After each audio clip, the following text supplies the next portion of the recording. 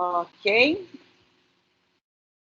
Hoje, a gente vai pegar o nosso roteiro para falar na aula 4, que aborda aminoácidos, peptídeos, proteínas, estrutura e função. Vamos falar sobre anivelamento correto e incorreto e agregação proteica e amiloidose, tá? Então, a aula está dividida em 3 pedaços. Vocês depois vão ver que tem 3 blocos de slides para vocês. Como eu disse mais cedo, os textos são capítulo 3 e 4 do livro Leniger. Lembrando novamente que o guia de vocês de estudo é esta aula aqui, certo? Então, vai ter uma porção de coisas lá no livro, nesses 2 capítulos, que não vão ser abordados aqui. E tem uma porção de coisas que vão ser abordadas aqui que não estão nesses capítulos do livro, tá? Além disso, tem um artigo. Vocês estão conseguindo ver minha tela direitinho? Aham. Sim, professora. Além disso, tem esse artigo, que é só clicar aqui. Ele vai direcionar. Eu não vou fazer isso, porque a internet está muito lerda. Ele vai abrir o artigo. Algumas figuras desse artigo eu vou mostrar hoje. Agora, prestem atenção. Não é para vocês virarem especialistas de doença de Alzheimer. Quem quiser, sempre é bom ler um artigo. Leia o artigo todo, é um artigo grande. Mas não é necessário. Vocês vão ler esse artigo no que diz respeito às hipóteses etiológicas, ou seja, da origem da doença. Perspectivas de tratamento vai entrar numa questão mais de farmacologia, que não é a nossa abordagem aqui. Então, por agora, não é necessário vocês lerem isso, tá? Para que é que vocês vão fazer essa leitura? Para depois fazer aqui, opa, as atividades do portfólio. A terceira atividade do portfólio. Então, o portfólio, essa semana, para a minha aula, é o questionário, estudo do artigo. Tem essas 2 perguntas que são sobre os casos que a gente vai falar agora. E a terceira está lá, utilizando o artigo indicado no texto, que é isso que eu acabei de mostrar. Você vai procurar as hipóteses e teorias etiológicas descritas até o ano de publicação. Ou seja, é para vocês se aterem a esse artigo. Não é para ficar falando, fazendo pesquisa em outros lugares agora. Porque isso é uma forma de vocês começarem a se instrumentalizar nessa rotina de ler artigos científicos, que vocês precisam disso. Tá? Estou desmamando vocês de livro, se é que vocês me entendem. E aí você vai citar. Lembrem, não é para ficar copiando o livro, é para ser objetivo. Leia o que está sendo perguntado e responda exatamente o que está sendo perguntado, sem fazer encheção de linguiça. Tá certo? O mesmo vai valer para as outras 2 questões. E aqui, o caso de hoje não é um caso clínico. Como eu falei para vocês, um caso é um problema que tem relação, vai despertar o interesse no assunto que a gente vai abordar. Tá? Então, esse daqui, a gente vai falar sobre determinação de proteínas por métodos espectrofotométricos. Eu não sei se vocês já viram isso em algum momento da vida, mas hoje é uma das técnicas que se utiliza, assim, é uma técnica super antiga, que se utiliza até hoje para fazer determinação de concentração de proteínas, tá? Então, aqui, a gente está falando de um método que se chama método do Biureto. Esse método, ele permite avaliar a quantidade de proteínas totais em uma solução. Biureto é o nome dado à estrutura originada a partir da decomposição da ureia. Ureia é essa molécula aqui. Reparem bem que a gente vai voltar a falar de ureia mais na frente, porque agora a gente está falando de estrutura e função de aminoácidos, mas depois a gente vai falar sobre metabolismo, ok?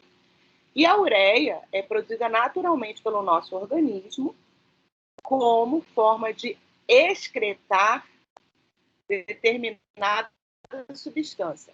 Quem é capaz de me dizer que substância é essa?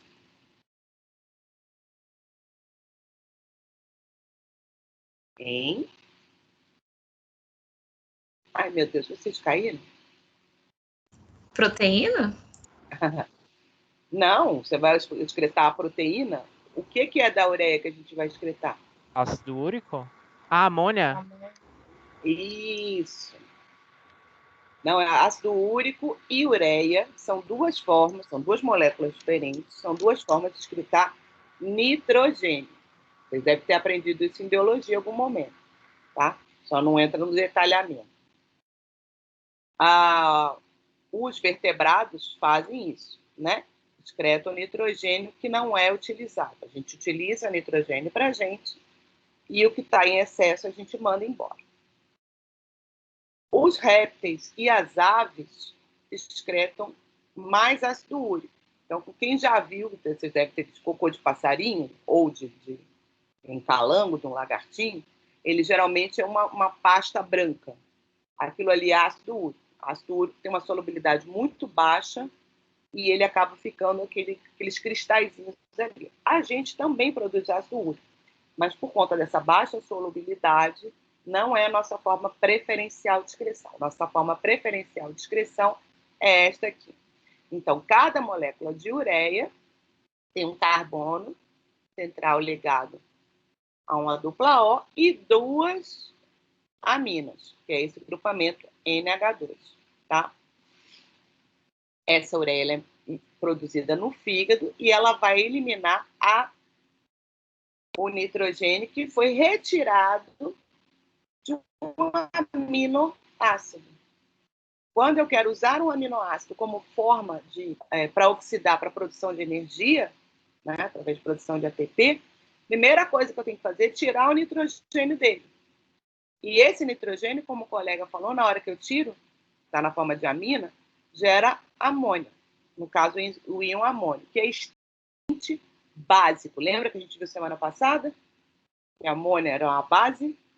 Então, em água formaria hidróxido de amônio, né? A gente vai ter o íon amônio. E esse amônio, em grandes quantidades, como ocorre após a digestão, após a oxidação de aminoácidos, a gente ia ter um aumento muito grande do pH sanguíneo. Então, o que ocorre? A gente tem um transporte específico, que a gente vai aprender, desse grupamento. Então, no fígado, esse grupamento amônio vai ser convertido em ureia. A molécula de ureia é uma molécula neutra, tanto do ponto de vista de não vai nem aumentar nem diminuir a acidez, quanto do ponto de vista de carga. Como vocês podem ver, ela não tem nenhuma carga. E é extremamente solúvel, ao contrário do ácido úrico. Por quê? Porque isso é importante, que a gente pode produzir quantidades altíssimas, que a gente ainda vai conseguir ter ela solúvel e vai eliminá-la plenamente pelos rins. Tá? Agora, o pirureto, que a gente está falando aqui, descobriu que ele é formado a partir da reação entre duas moléculas de ureia. A gente tem como produzir isso no laboratório, essa ureia, e fazer esse reagente. Tá aqui o pirureto.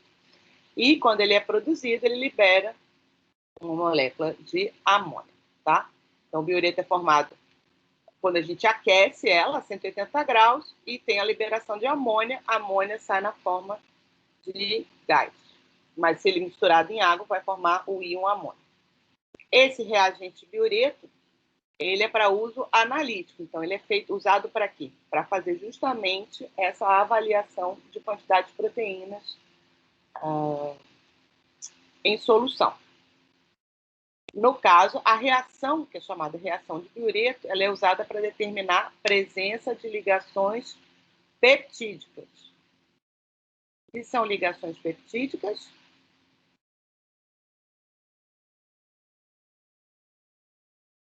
Quando eu pergunto, fico quieta, é porque eu quero a resposta, tá, gente? Ligação covalente entre aminoácidos? Isso. A gente vai ver isso hoje, mas já adiantando. Ligação peptídica é justamente a ligação covalente que vai ocorrer entre um aminoácido e o outro. E essa reação de biureto, ela dá positiva para proteínas, que tem muitas ligações peptídicas, ou peptídeos com 3 ou mais resíduos de aminoácido. Qual é a diferença de uma coisa para outra? Proteína e peptídeo.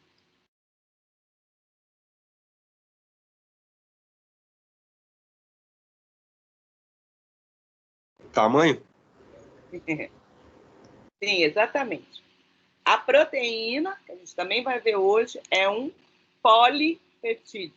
A proteína é um polímero, né? Quando eu junto 2 aminoácidos por uma ligação peptídica, eu formo um peptídeo, tá? A gente não chama de aminoácido. Um aminoácido com outro forma um peptídeo. No caso, se ele tiver 2 aminoácidos só juntos, a gente vai chamar de dipeptídeo. Se tiver 3, tripeptídeo, tetrapeptídeo, por aí vai. Peptídeos pequenos, a gente chama de oligopeptídeos. E preste atenção nisso, que isso vai se repetir para açúcar também, essas denominações. Quando ele tem muitos resíduos, porque o que é resíduo? Resíduo de aminoácido é quando o aminoácido está ligado. A gente chama de aminoácido livre, quando ele está solto em solução, e quando ele está ligado a uma proteína, a gente diz que é um resíduo, um peptídeo, um resíduo de aminoácido. Então, quando a gente tem 30, 40, 50, geralmente mais de 50 ou 60 resíduos de aminoácidos, a gente já considera isso um polipeptídeo. E, no caso desse polipeptídeo, a gente vai começar a chamar ele de proteína, tá? Então, são diferentes nomenclaturas para o mesmo tipo de molécula, que vai ser diferenciado, como o colega falou, pelo tamanho. Compostos com 3 ou mais ligações peptídicas atingem coloração violeta, então a solução fica colorida, quando submetida a uma solução de sulfato de cobre 1% em meio fortemente alcalino. Para quem não sabe, sulfato de cobre, que é esta molécula aqui, é uma solução que, quando em solução, vai ter os dois íons separados, o íon cobre e o íon sulfato. O íon cobre mais 2, ele é azul em solução, um lindo azul, azul cor do céu, tá? Então, repara, na presença de proteína, esse azul vai virar violeta, é uma cor diferente. A intensidade de cor varia com a concentração de proteínas. Por quê? Isso é uma lei da física, a gente vai ver também hoje na aula. Chama-se lei de Lambert-Beer. O valor de cor absorvida, da luz absorvida, vai ser diretamente proporcional à concentração de proteínas. Então, quanto mais proteína eu tiver em solução, maior a intensidade dessa cor, tá? Então, por isso que se fala em espectrofotometria. Metria significa medida. A gente mede foto, a gente mede a luz espectral e, a partir dessa intensidade de luz, a gente consegue determinar a concentração de proteínas. Então, aqui tem uma explicação, vocês não se preocupem com isso, eu só botei aqui que eu achei que era interessante, o porquê que vai ter essa ligação. Aí ele mostra que o íon cobre, como eu disse, em solução ele vai estar livre, né? Ele vai interagir com o biureto, com as ligações peptídicas, no caso, e vai dar esse complexo de cor violeta. Então, tá ele aqui, ó. Então, essa ligação é que é utilizada para fazer o teste biureto, essa reação. Se tiver 3 ligações peptídicas ou mais, já dá positivo. Aí aqui são questões técnicas. Então, está falando aqui de comprimento de onda. O que é isso? É o comprimento onde tem uma absorção dessa cor que é formada. E como é que você depois descobre qual era a concentração da sua amostra? Uma regra de 3 simples. Você utiliza uma solução padrão. O que é isso? Eu pego uma solução que eu já conheço a concentração, coloco o reagente biureto, aí ela vai adquirir uma cor. No olho, a gente não tem como fazer isso. A gente leva para um aparelho, que a gente vai ver agora, e mede quanta luz é absorvida por aquela substância. Então, isso chama-se de absorbância. A gente vai medir nesse aparelho, que é o espectrofotômetro. Se eu tenho a concentração padrão 1,5, por exemplo, gramas por litro, e a absorbância foi dada 0,8, eu posso pegar uma amostra desconhecida e medir essa absorbância. E aí, o que eu faço? Uma regra de 3.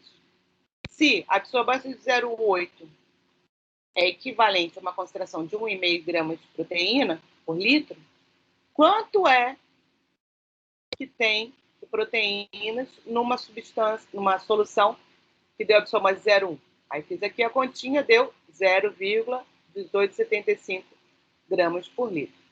Tá? Então, uma coisa bastante simples. Se eu quero transformar isso daqui, que está em gramas por litro, então é uma forma de concentração, certo? Mas eu quero saber em molaridade, para isso eu preciso fazer o quê? Eu preciso conhecer o peso molecular da proteína. Isso é tabelado. Então, supondo que eu tenho uma proteína pura, 100% pura, em solução, eu só tenho a proteína em solução, é uma proteína conhecida, eu sei qual é a proteína, então eu tenho tabelado qual é o valor de peso molecular dela. Aí eu fiz aqui uma suposição, se essa molécula tivesse 20 mil de peso, e é coisa beça, né? A gente vai ver por quê, porque são macromoléculas. 1 mol seria equivalente a 20 mil gramas por litro, 0,18 gramas por litro daria X. E aí você vai ver. 0,0000 molar. Então, uma outra coisa que eu quero chamar a atenção. Concentração de proteína, ao contrário do que a gente está acostumado no estudo da química, em química a gente sempre trabalha com molaridade, com normal, com 40 gramas, 100 gramas, não é isso? Mas por quê? A gente está tratando de moléculas super pequenas. Quando a gente está falando de uma macromolécula, o peso também é macro. E as quantidades dessas proteínas, dessas enzimas, dessas moléculas em geral no nosso organismo, elas nunca vão estar na ordem de molar. Muitas vezes nem milimolar, que é 1000 vezes menos.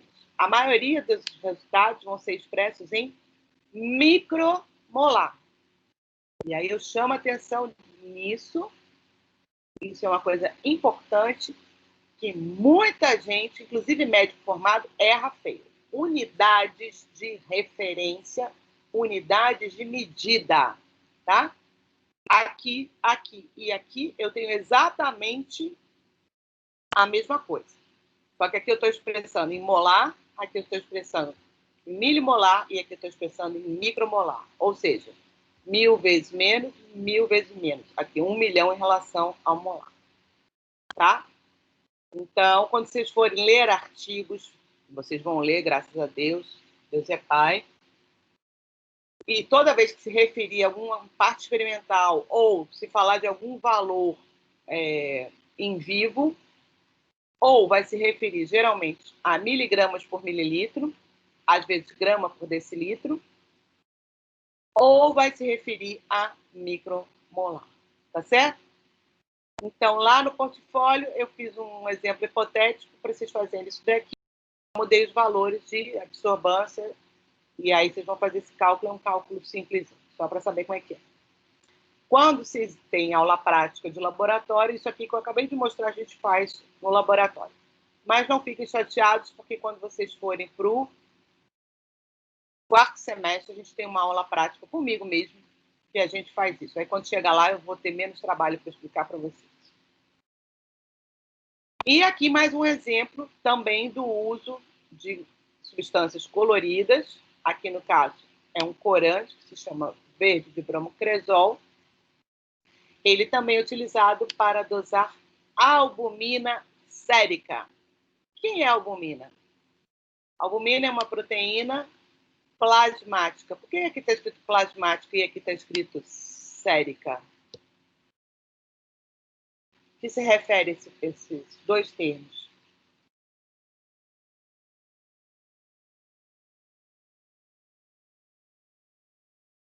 Hein, pessoal?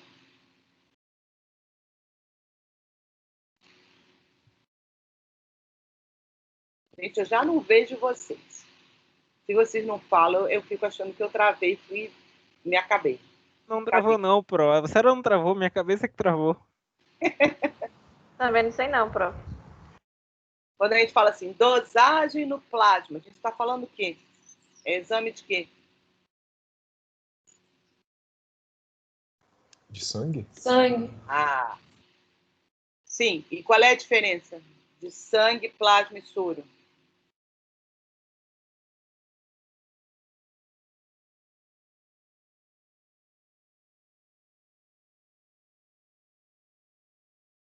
O sangue é um composto misto, não é? Que tem a parte líquida, que contém água e íons e pequenas moléculas. Tem uma parte que contém as moléculas bioquímicas, as macromoléculas, as proteínas plasmáticas, elas estão no plasma. E a gente tem a parte celular, que tem os glóbulos vermelhos, que são as hemácias, e os glóbulos brancos. Então, quando a gente se refere ao sangue, a gente se refere a essa suspensão, que é aquilo que a gente coleta e bota num tubo para fazer o exame. Mas vocês já devem ter visto, se eu pegar um tubo de sangue e colocar na estante e deixar lá, o que acontece? Ele vai continuar todo vermelhinho? Ou vocês nunca viram sangue num tubo? Não, Não ele fica vai sedimentar. Isso. Vai sedimentar, exatamente, porque a gente tem uma porção de células, essas células são pesadas no sangue, quando a gente tira ele do vaso, ele está turbilhonado. Por quê? Porque o sangue está correndo. O sangue não fica parado, né? O que acontece com o sangue parado? Coagula, né? Forma um trombo. Então, o sangue está passando, está todo misturadinho. Você tirou ele com uma seringa, ele vem todo misturadinho. Mas se eu deixar ele parado, eu tenho uma porção de células ali, elas são pesadas, elas vão para o fundo, elas vão precipitar, elas vão sedimentar. Então, eu vou ficar com um fundinho vermelho e uma parte amarelada em cima. Essa parte amarelada é o que a gente chama de plasma. No plasma contém o quê? Água, íons, pequenas moléculas e macromoléculas, no caso, as proteínas. Portanto, a albumina plasmática é uma proteína que está presente aonde? No sangue, certo? A gente se refere à plasmática que, para fazer a dosagem de albumina, eu faço essa separação. Separo a parte celular do sangue e a parte líquida. Então, o plasma é a parte líquida do sangue. Entenderam? Sim ou não? Sim. Pronto. Sim. Então, a albumina é uma proteína plasmática que tem função, Sim. ótimo, transportar diversas biomoléculas. Como? Oi? E o sérica vem da onde? De soro. Ah. Às vezes eles falam em soro, mas soro seria somente a parte de água, íons, a parte da aquosa que tem íons e pequenas moléculas. Como a albumina era uma macromolécula, seria mais correto falar albumina plasmática, tá? Mas sérica é a parte de soro. Tá, entendi, prof. Obrigada. A albumina ela tem como função transportar, então tá aqui, ó, mais uma função, já uma função que a gente está aprendendo de proteína. Transporta biomoléculas. Bom, se ela é uma proteína que está no sangue, ela transporta onde? No sangue, de um local ao outro. Biomoléculas, aqui está cálcio. Cálcio não é biomolécula, né? É um íon. Mas ela pode transportar cálcio, pode transportar hormônios, pode transportar fármacos, lipídios, os ácidos graxos são transportados por ela, e por aí vai. Esse texto aqui não é meu, tá, gente? Por isso que eu estou fazendo correções ao vivo, eu mantive como ele estava lá originalmente. Segundo cisternas, ela tem a propriedade de se ligar a certos corantes. Então, como a albumina tem essa capacidade de se ligar a diversas substâncias, ela também pode se ligar a esses corantes. E, quando ela se liga, ocorre uma mudança de cor. O verde de bromocresol é um indicador ácido básico. O que é isso? Estou perguntando.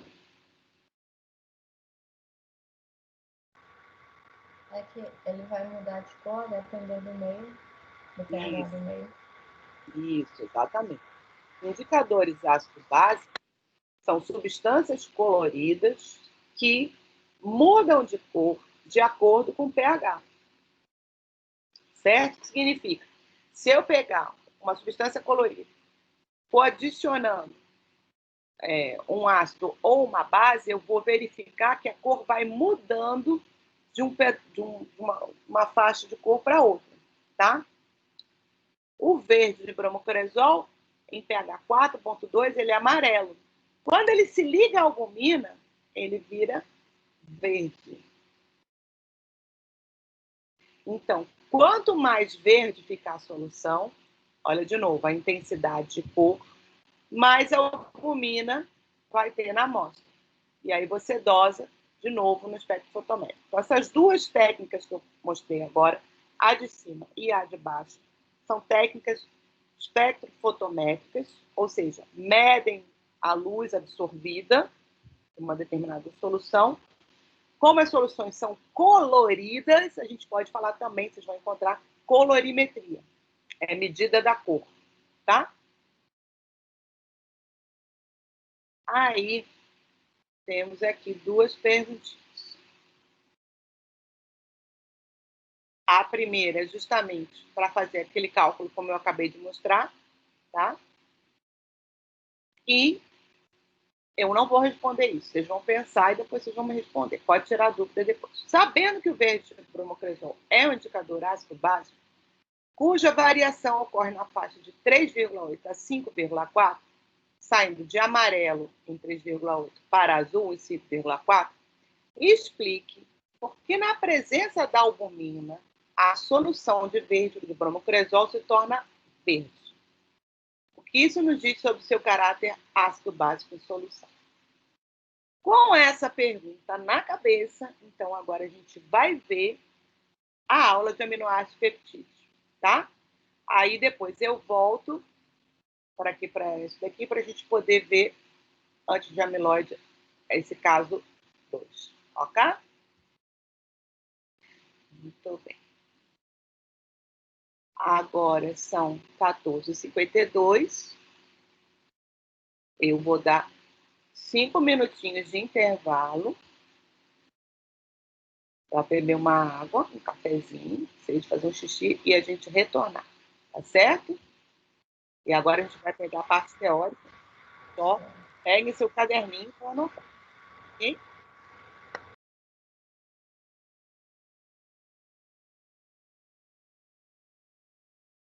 Meu Deus, que dificuldade. Para a gravação.